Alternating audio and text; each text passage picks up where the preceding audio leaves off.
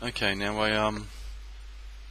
I bought myself a new camera, webcam, and it's pretty good. It's supposed to do some good quality, but I'm really unimpressed with the fact that it won't focus at any sort of close range. So I've rigged up a little magnifying glass here, which seems to do a pretty good job, except for unfortunately it's got a bit of a parabolic effect going on, so try not to trip out too much. Okay, now what I'm going to do here is these are often used for power rails. You plug your positive, negative into each one of those. For this simple thing, I'm not going to bother. I'm just going straight in here, straight there. Okay. Now, I don't have a 300 ohm resistor. What I do have is three 100 ohm resistors. So now, because these are connected this way, I'm going to connect one up at one end of one resistor in one of these. Doesn't really matter which one. And I'm going to move it across and even up to there. So this comes in, it's now connected to this, through the resistor to there. Still nothing happening, that's okay. So that's 100 ohms. Now, because these are connected this way, I'm going to plug this one in here and move it up there. And I'm trying to keep these wires separate so they don't touch each other. Now we have two 100 ohms like that. So comes in here, connects to there, goes through this resistor down here, which is actually connected technically to this one, which goes through this resistor comes out here. So we now have two resistors in series. So we actually have 200 ohms resistance. One more for good measure, and we have another resistor. So we actually have three in series, and we have 300 ohms. This is probably a bit more complicated than wanted, but I didn't have the resistor I wanted to do this. Now, my red LED.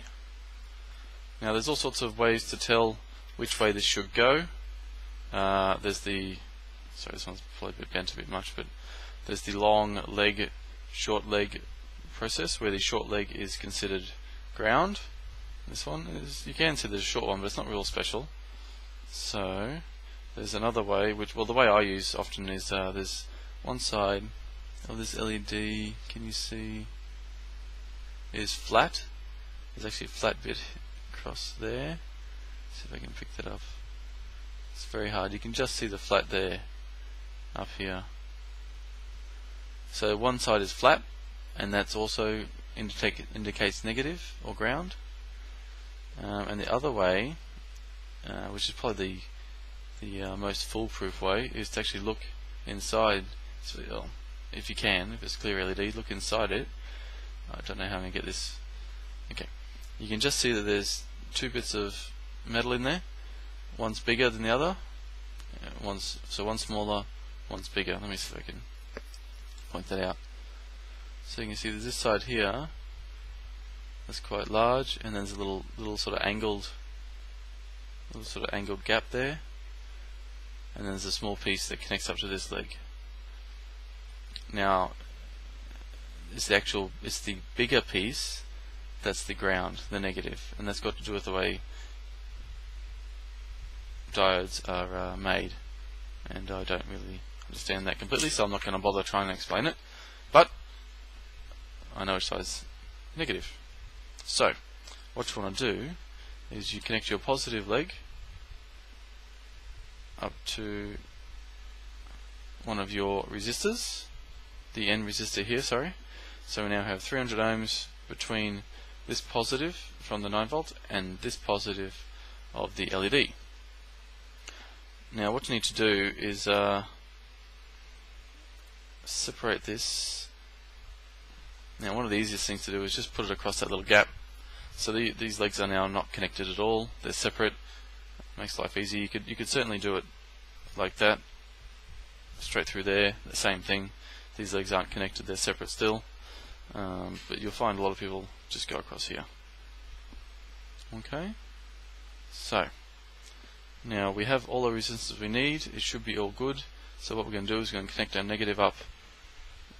Now might as well just go into the end of this rail that's connected this way. We'll just drop in there, and she's on. Alright, looks quite bright in this camera, but it's not quite that bright. Let me see what happens if I do this. Amazing. Okay, one red LED running. Just bear with me a second, and I might hook up my multimeter and see what amperage we're drawing across this circuit. Hold on.